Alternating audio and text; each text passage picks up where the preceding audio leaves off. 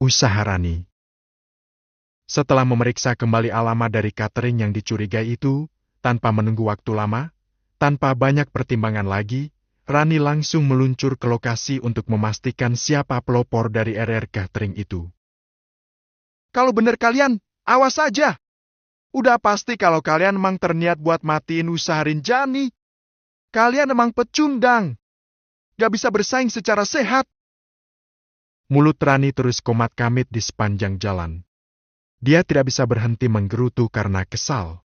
Rama dan Risa memiliki kesan buruk di mata Rani, ditambah lagi dengan dugaan sabotase ini. Tentu saja hati Rani semakin dan semakin meradang. Kriing-kriing, baru saja melewati portal komplek, Rani merasakan ada yang bergetar di tas selempangnya. Rani sejenak menepikan sepeda motornya lalu memeriksa siapakah menelpon. Mas Iqbal? Ternyata yang menelpon adalah Iqbal, kekasihnya. Rani menghela nafas panjang lalu mengembuskannya pelan-pelan kemudian mengangkat panggilan dari sang pujaan hati. Hai, Mas. Rani menyimpan amarahnya sejenak. Kamu lagi di mana, Wan? Aku mau ambil pesanan rice box punyaku ke catering, tapi kok kamunya nggak ada? Kamu ke tempat aku kerja, Mas? Iya. Tapi kamunya malah nggak ada. Aku sengaja nggak bilang dulu ke kamu buat kasih kejutan. Walah aku emang lagi di luar, Mas. Ada keperluan. Mumpung momennya lagi pas, aku nggak bisa tunda lagi urusan ini. Mau kemana? Sama siapa? Aku nggak bisa jelasin di telepon sih. Ini sih harus diceritain sambil ketemu. Ya udah Sherlock, aku kesana sekarang. Roman-romannya kok kayak lagi ada masalah. Aku nggak mau kamu kenapa-napa, apalagi pergi dalam keadaan marah. Tapi, Mas, kasih aku lokasi kamu. Please, kalau ada apa-apa, seenggaknya aku ada buat bab kamu. Hayo ngaku, ada urusan apa sih? Kamu lagi nggak baik-baik aja kan? Rani tak bisa mengelak lagi, tebakan Iqbal sangat akurat. Walau tak sempat bercerita, tapi Iqbal seolah sudah tahu kalau saat ini kekasihnya sedang menghadapi masalah. Wan? Ya udah, aku share alamat yang mau aku tuju. Oke. Aku segera ke sana. Ya, Mas. Rani pikir, tak ada salahnya Rani mempersilahkan Iqbal untuk ikut menyelidiki beberapa hal mencurigakan yang menjadi terduga pelaku sabotase untuk usaha catering Rinjani. Siapa tahu Iqbal bisa ikut membantu menghadapi kemungkinan terburuk, pikir Rani. Lantas Rani mengirim lokasi tujuan pada Iqbal, setelah itu, barulah dia melanjutkan perjalanan. Hanya tinggal beberapa ratus meter saja saat ini, Rani menghafalkan jalannya dengan sangat baik dan akhirnya pencarian membuahkan hasil. Rani sampai di depan sebuah rumah sederhana tak terlalu besar yang di depan rumahnya ada logo RR Catering. Nah ini dia. Ternyata emang bener alamatnya di sini. Tapi ngomong-ngomong, siapa nih pemiliknya? Ayo cari tahu. Kata Rani dengan semangat yang menggebu-gebu. Permisi. Seru Rani di luar pagar sambil melihat ke sela-sela teralis pagar rumah itu. Rani melihat ada kegiatan di dalam garasi yang ada di samping rumah utama. Mungkin itu memang kegiatan masak-memasak. Permisi. Seru Rani lagi dengan sedikit lebih keras sehingga berhasil membuat seseorang keluar dari dalam rumah untuk membukakan pintu. Risa? Risalah yang keluar untuk menghampiri Rani dan langsung saja emosi Rani naik dengan cepat begitu mengetahui kalau dugaannya dan dugaan Septian memang tepat. Nah kan? Bener kan? Ini dia biang keroknya. Gerutunya dan berancang-ancang untuk menyerang Risa dengan beberapa tuntutan. Sertit, pintu pagar tergeser terbuka dan baik Risa maupun Rani, mereka sama-sama memajang muka tak bersahabat. Di! Kamu? Ngapain kesini? Nyesel banget aku bukain pagar buat kamu. Kata Risa semakin menyebalkan. Oh, jadi rupanya kalian pemilik catering baru ini? Lah ya? Emang kenapa? Sirik? Orang mau usaha apa aja kan terserah. Kenapa Siti yang repot? Masalahnya, usahamu ini udah memprovokasi sejak awal. Ya emang terserah aja mau usaha apapun. Mau nyamain usaha orang lain juga nggak masalah. Asal bersainglah secara sehat. Rani tak bisa bertamu secara baik-baik, terlebih sejak awal Risa sudah menyambutnya dengan sambutan yang buruk. Sorry ya, catering kami ini udah melejit sejak awal. Udah pakai konsep dan perencanaan yang sempurna. Gak usah sok-sokan ngajarin kayak gitu. Perdebatan di antara Risa dan Rani di depan rumah terdengar sampai ke dapur umum yang ada di garasi samping. Rama dan Sri Sayup mendengar dua suara perempuan bersahutan saling adu urat walau tidak terlalu jelas. Siapa itu, Ram? Kok kayak adikmu? Ribut sama siapa dia? Tanya Sri yang sedang sibuk membolak-balikan masakan dalam kuali besar. Nggak tahu. Suaranya itu emang stereo habis, nyanyiin suara tua aja. Sana cek dulu. Takutnya ada masalah serius. Tahu sendiri kan kalau adikmu udah di luar kendali? Kalah berdebat dia bisa ngerengek-rengek kayak anak bayi, atau nggak pura-pura pingsan? Kata Sri. Iya, Bu. Rama menuruti permintaan ibunya. Rama keluar dari dalam ruang produksi dan terus berjalan mendekat ke sumber suara. Rama memang belum bisa melihat dengan jelas siapa orang di balik pagar yang sedang ribut dengan adiknya dan setelah berjalan lebih dekat, barulah Rama tahu kalau itu adalah Rani. Kalian ini mencaplok dua pelanggan besar kami dengan cara yang nggak baik. Kalian juga mencaplok beberapa menu andalan kami sebelum dielevasi. Kalian ini emang bener-bener ya. Dasar tukang fitnah. Ini konsep kami yang pikirkan. Urusan dua pelanggan besar yang sekarang bergeser ke kami, yaitu mang udah jadi rezeki kami. Hah, kasihan banget deh. Hati kau tuh busuk banget gak bisa lihat orang lain sukses dan bahagia. Rani, ngapain kamu? Bikin malu aja ribut-ribut depan pagar rumah orang. Kamu mau diviralin, Sapa Rama semakin membuat Rani merasa muak. Nah ini nih, biang kerok satu lagi. Apaan sih? Kamu kesini diutus sama Rinjani? Rinjani pasti stres ya pelanggannya pada kabur. Begitu? Ini inisiatifku sendiri. Aku tergerak hati buat mengentaskan ketidakadilan ini. Kalian ini keterlaluan. Kalau mau bersaing, bersainglah secara sehat. Gak bisa semena-mena mencaplok pelanggan tetap kami dengan cara gak bener kayak gini. Rani juga tak gentar melakukan perlawanan pada Rama. Hah, bacotmu itu, Wan. Emang gak pernah berubah ya? Ya namanya bisnis emang bersaing. Terserah kamilah mau pakai cara apa aja. Kalau kalian mau pelanggan kalian kembali, ayo lakukan secara kompetitif. Jangan main labrak kayak gini. Malu-maluin aja. Lama-lama hati Rani lelah sendiri. Memang gak akan ada ujungnya kalau adu bacot dengan Rama dan Risa. Udah mas, tutup aja pagarnya. Annoying banget ini orang. Malu-maluin. Kalian ini benar-benar busuk ya. Gak cukup itu aja. Kalian juga bikin akun fake buat ngasih rate jelek di aplikasi. Kalian tuh terniat banget matiin usaha orang. Terus mau lo sekarang apa? Apa? Risa mendorong pundak Rani sampai Rani yang ada dalam posisi tidak siap terjengkang dan terjerembab jatuh ke dekat motornya. Oh! Pekik Rani kesakitan. Udah, Risa, udah. Tutup aja pagarnya. Dia nggak akan pernah bisa bicara baik-baik. Kata Rama lalu menarik Risa agar masuk ke dalam rumah dan cepat-cepat menutup pintu pagar rapat-rapat. Sialan kalian semua! Sekarang aku udah tahu siapa dalang di balik usaha yang penuh kepicikan ini.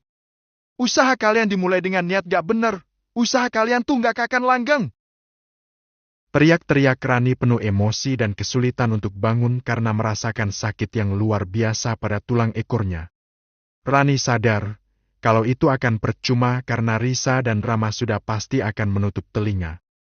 Tak ada gunanya juga menuntut. Tapi setidaknya Rani sudah tahu dan separuh unek-uneknya sudah dia ungkapkan barusan. Mobil milik Iqbal merapat ke dekat Rani. Iqbal panik melihat kekasihnya berusaha bangkit susah payah. Sayang, kamu kenapa? Iqbal lantas keluar dari mobil lalu membantu Rani bangkit. Habis ngeluarin unek-unek dan aku kalah. Hiks hiks. Karena lelah hati, saat Iqbal muncul, Rani bermanja dan menangis kesal. Ada apa sih? Tanya Iqbal lalu mengamati rumah yang ada di hadapannya saat ini. Mas, kok aku kesulitan berdiri ya? Mas, kok sakit banget? Keluh Rani, dia baru sadar kalau dia merasa ada yang janggal dengan bagian tulang ekornya. Serius? Oke jangan panik, kita pergi ke dokter ya. Terus motorku? Nanti aku suruh orang buat ambil ke sini. Iqbal memapah Rani untuk segera masuk ke dalam mobil dan tak ingin terjadi sesuatu yang serius pada calon istrinya. Tanpa menghiraukan urusan lainnya, Iqbal segera membawa Rani untuk diperiksa. Ingin cepat pulang. Kabar kondisi terbaru Rani setelah ribut dengan Rama dan Risa malah didapat oleh Julian dari Iqbal. Tadinya Julian tak ingin mengatakannya pada Rinjani, tapi Rinjani terlanjur penasaran dan terus mendesak Julian untuk mengatakannya. Mas Iqbal ngabarin apa, Mas? Soal Rani? Rani kenapa? Tanya Rinjani dengan wajah risau. Rinjani merasa kalau firasat buruknya beberapa hari terakhir ini memang benar adanya. Mas? Rinjani terus mendesak. Rani mengalami pembengkakan tulang ekor, sementara waktu belum bisa bergerak bebas, dia masih mendapat perawatan di rumah sakit. Jelaskan Julian. Kenapa? Apa jatuh dari motor? Atau kenapa? Julian yakin kalau Rinjani tahu apa penyebab cedera yang Rani alami sekarang adalah karena kelakuan Rama dan Risa. Pasti emosi Rinjani akan terpancing, itu akan menghancurkan moodnya padahal ini adalah hari terakhir mereka liburan. Kita cari tahu nanti pas kita pulang ke Jakarta ya. Hari ini kamu mau beli beberapa barang yang mau kamu beli, kan? Setelah kita packing dan besok kita harus bersiap buat pulang. Kok nggak mau ngasih tahu, Mas? Apa terjadi sesuatu yang fatal? Aku nggak bisa diam aja tanpa tahu apa-apa. Rani juga nggak mau ngomong apa-apa ke aku. Sebenarnya ada apa sih? Apa kalian nyembunyiin sesuatu dari aku ya? Rinjani terlanjur curiga. Nggak ada apa-apa kok. Ini hari terakhir kita di sini. Besok udah pasti sibuk packing. Jadi kita manfaatkan waktu terakhir ini sebaik-baiknya ya. Gak bisa karena hati aku gak tenang, Mas. Kasih tahu aja, kamu ngasih tahu ataupun gak ngasih tahu, sama-sama bikin aku cemas kok. Dan kalau kamu kasih tahu, seenggaknya aku gak penasaran lagi. Rinjani agak mendesak dan Julian tahu kalau upaya untuk menyembunyikan fakta yang sebenarnya dari Rinjani akan sangat sia-sia sebab Rinjani akan terus mendesak untuk mengorek informasi. Mas, ayo dong, kasih tahu apa yang dibilang sama Mas Iqbal. Rani sama Chef Pian kompak banget nggak bilang apa-apa ke aku loh. Rinjani memohon. Rani ribut sama mantan suami kamu sama adiknya. Akhirnya Julian mengalah dan mengatakannya. Hah? Ribut sama Mas Rama? Sama Risa? Gitu maksudnya? Katanya begitu. Iqbal juga nggak sempat tahu kronologinya. Dia mendapati Rani udah jatuh di depan pintu pagar rumah si Rama itu. Rasa penasaran semakin menguasai diri, rasa cemas, risau dan gelisah juga menyerang perasaan Rinjani saat ini. Sudah pasti kalau Rinjani tak akan lagi bisa menikmati sisa liburannya. Kondisi Rani dan masalah yang Rani hadapi tak bisa diabaikan begitu saja oleh Rinjani. Rani, kenapa sih kamu diam aja? Kenapa kamu nggak cerita kalau kamu ada masalah sama Mas Rama? Gumam Rinjani penuh sesal. Mungkin Rani sengaja nggak cerita biar nggak ganggu acara liburan kamu ini. Pas nanti kamu pulang, pasti Rani cerita. Tapi ini pasti ada kaitannya sama catering. Soalnya Chef Pian juga nggak bicara apa-apa, nggak jawab semua pertanyaan yang aku ajuin. Julian jadi cemas. Suasana hati Rinjani seketika menjadi buruk. Mungkin sebuah pelukan ditambah bisikan lembut yang menenangkan akan membuat Rinjani merasa lebih baik. Julian duduk beringsut mendekat ke arah Rinjani yang sebelumnya sedang membereskan kopernya. Julian mendekat lalu mendekap Rinjani kemudian berbisik. Everything's gonna be okay? Tenanglah. Nggak tahu, Mas. Tapi perasaanku bilang kalau situasi di Jakarta khususnya di tempat usahaku lagi nggak baik-baik aja. Buktinya, Rani sampai mengalami cedera serius gara-gara Mas Rama. Permasalahannya apa coba? Pasti permasalahan yang sangat serius. Kita akan tahu begitu nanti kita pulang ke Jakarta. Buat sekarang, tolong jangan pikirkan ini terlalu keras, sayang. Tenanglah, tarik nafas dalam, lalu hembuskan perlahan. Relax. Ucap Julian lagi, begitu pelan tapi tepat mengarah ke telinga Rinjani sehingga Rinjani berhasil digiring untuk mengikuti semua perkataan Julian. Rinjani mengatur nafasnya baik-baik dan mencoba tenang. Menjadi panik tak karuan untuk saat ini pasti akan sangat percuma. Pasalnya mereka terpisah jarak ribuan mil sehingga Rinjani tak bisa berbuat apa-apa kalaupun nanti dia tahu apa masalah Rani dan Rama tambah risah. Kalau mau tanya sama Rani, sebaiknya kamu cat aja, terima apapun jawaban Rani, jangan terlalu mendesak. Coba kamu mengerti dan hargai kenapa Rani diam dan gak bicara apa-apa sama kamu. Nasihati Julian lagi, dan itu berangsur menenangkan Rinjani. Perlahan Rinjani mulai bisa berpikir jernih. Terakhir, kamu doakan dia dari sini. Itu adalah salah satu bentuk tanda peduli kamu yang paling Rani butuhkan saat ini. Doakan semoga dia cepat pulih dan kembali pada kondisi terbaiknya. Kata-kata Julian masuk ke dalam hati dan pikiran Rinjani. Perkataan suaminya berhasil merasukinya sehingga pelan namun pasti pada akhirnya Rinjani bisa tenang kembali. Kamu benar, Mas. Baguslah, buang jauh-jauh pikiran buruk kamu ya. Rinjani menjawab dengan sebuah anggukan pelan. Rinjani sangat menghargai semua kata-kata Julian. Coba kita lihat list jadwal kamu hari ini. Julian menarik selembar kertas yang berisi dengan to-do list yang Rinjani tulis untuk hari ini. Belanja, makan, perawatan kulit di Jani House Salon. Julian membacakan rencana Rinjani hari ini satu persatu. Rencana nyalon di Jani House, cancel aja, Mas. Habis belanja, kita pulang dan packing lagi. Ada beberapa barang yang harus kita kemas baik-baik biar nggak rusak sesampainya kita di Jakarta. Itu soal gampang, nanti aku yang beresin semuanya. Pokoknya daftar kegiatan kamu hari ini harus terwujud semuanya. Kita nggak bisa tiap minggu datang ke sini, jadi kamu harus memanfaatkan waktu sebaik-baiknya. Walau hati cemas dan terus mengingat keadaan Rani saat ini, tapi Rinjani juga harus tetap menghargai perhatian suaminya. Baiklah. Tapi nanti kamu pasti jenuh lo nungguin aku selesai perawatan. Nggak apa-apa. Lama lo, Mas.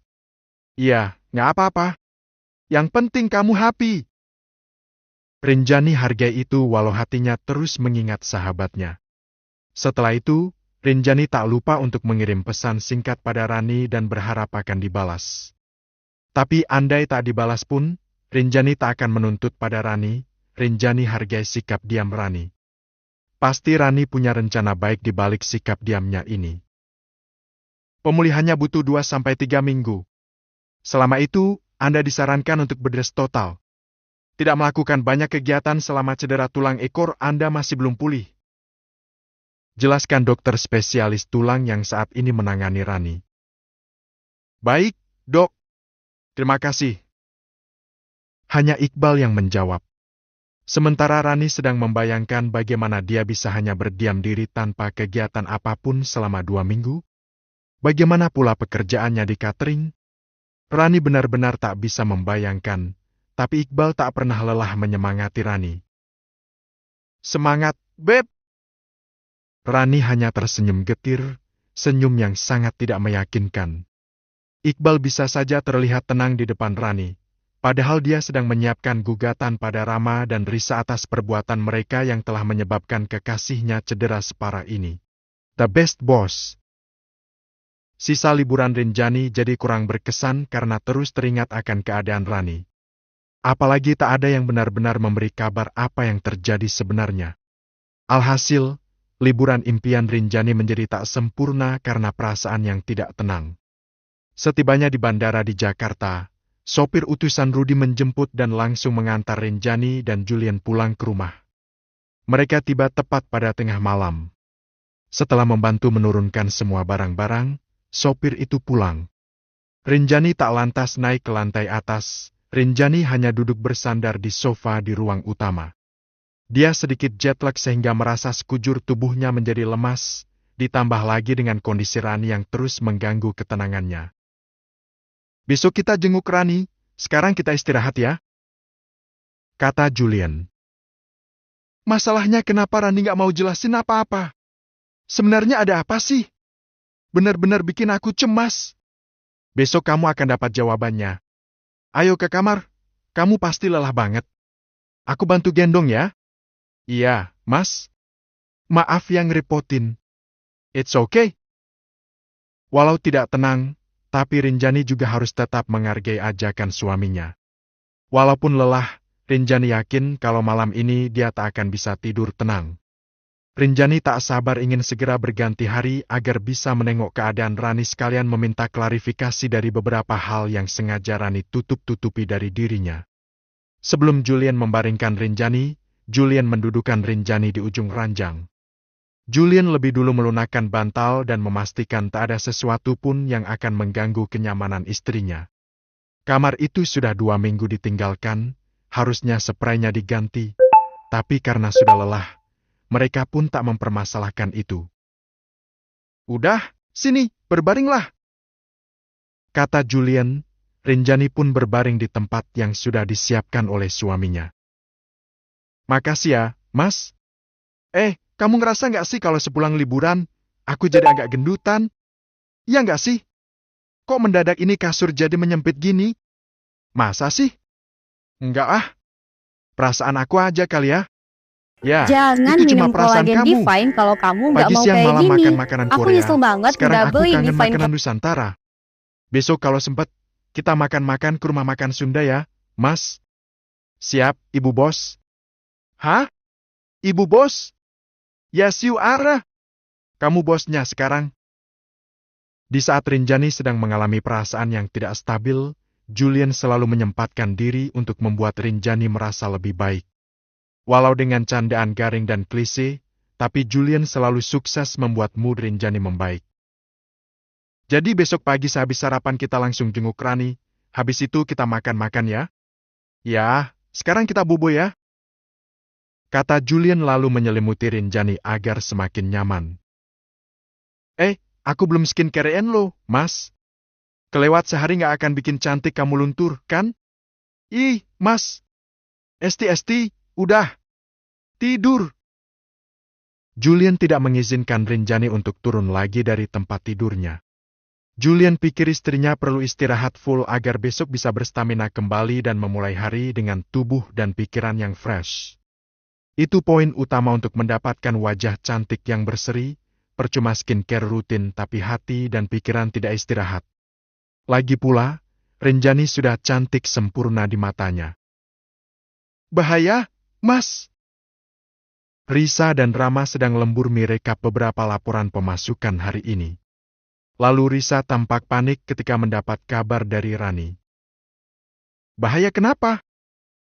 tanya Rama yang begitu tekun menyusun pembukuannya. "Ini loh, Mas. Si Rani dirawat di rumah sakit. Apa karena kejadian kemarin? Aku dorong dia kekencengan gak ya?" Risa merasa khawatir dan merasa kalau kemarin dia mendorong Rani dengan kasar dan telak. "Masa? Dia sakit yang lain kali, bukan karena kejadian kemarin." "Entah, tapi dia pakai kursi roda loh. Kenapa coba? Ya kali cuma jatuh gitu doang bisa bikin dia lumpuh. Lebay amat sih." Rama berusaha untuk tidak peduli. "Iya sih. Lagian kenapa sih dia sewot banget? Gak tahu malu banget pakai ngerecokin usaha orang. Kalau dia nuntut yang enggak, kita bisa tuntut balik. Dia udah fitnah kita dan ngelabrak kita bisa klasifikasikan itu sebagai perbuatan gak menyenangkan. Oke deh. Jadi kita gak perlu cemas nih. Gak perlu. Sekarang kita kencingin aja kekuatan kita buat bersaing sama mereka. Rin udah tega ngusir aku bahkan sebelum sempat aku nidurin dia. Sial banget. Kesel banget kalau ingat itu." Rama malah marah-marah tak jelas. Pikiran yang mumet sekaligus kegelisahan akan kondisi Rani membuat Rama semakin tertekan. "Jadi itu serius? Jadi Mas Rama tuh nggak sempet anak-anak sama Sirin? Nggak. Sialan banget dah kalau inget itu. Jadi, Mas JP itu bener-bener nikahin janda perawan ya? Apa itu alasan kenapa Mas JP kayak kepelet sama si janda gatel itu? Kamu lihat aja, Riz.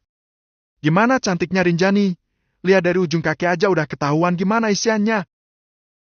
Risa mengerut dahi lagi, tak cukup mengerti apa maksud kakaknya.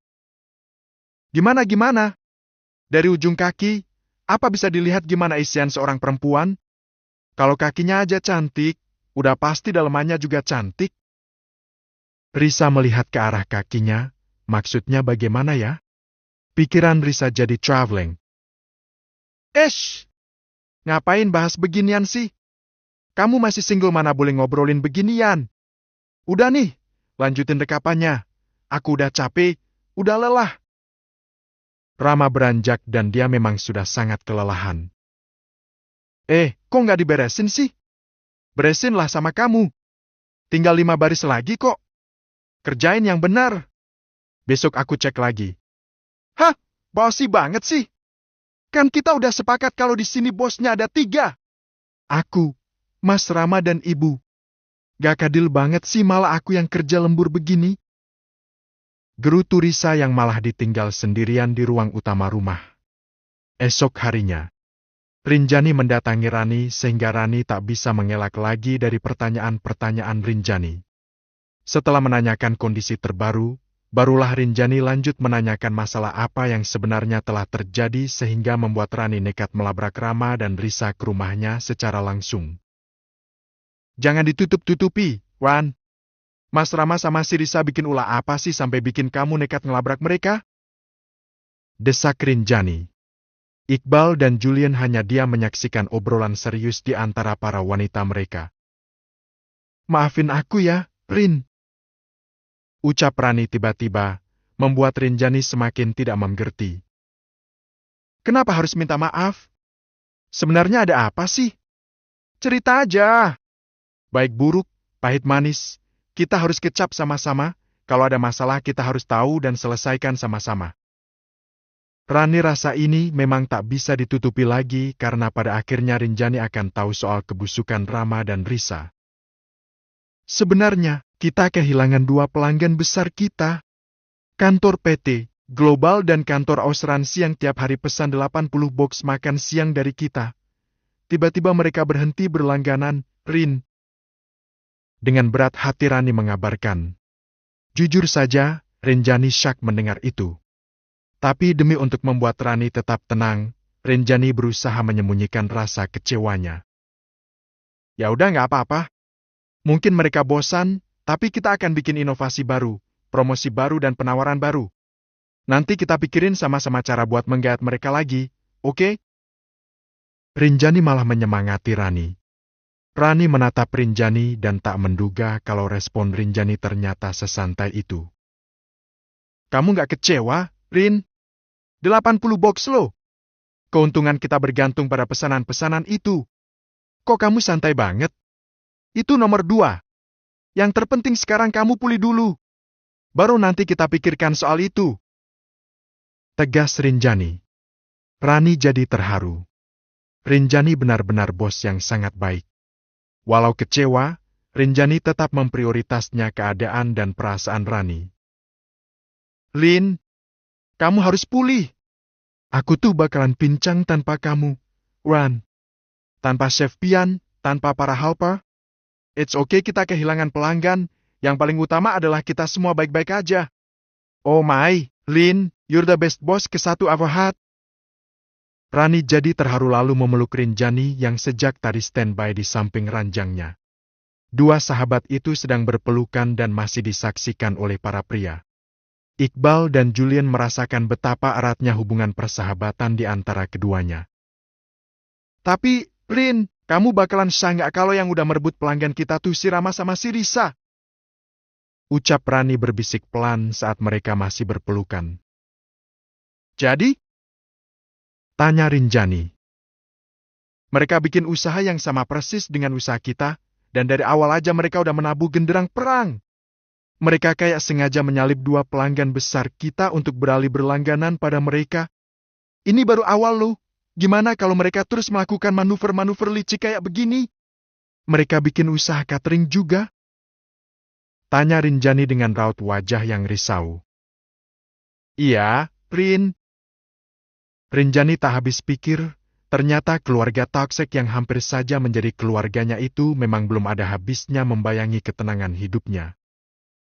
Duh, Saat ingat keluarga toksik, tiba-tiba Rinjani merasakan kram lagi pada perutnya sehingga membuat semua orang di dalam ruangan itu merasa panik.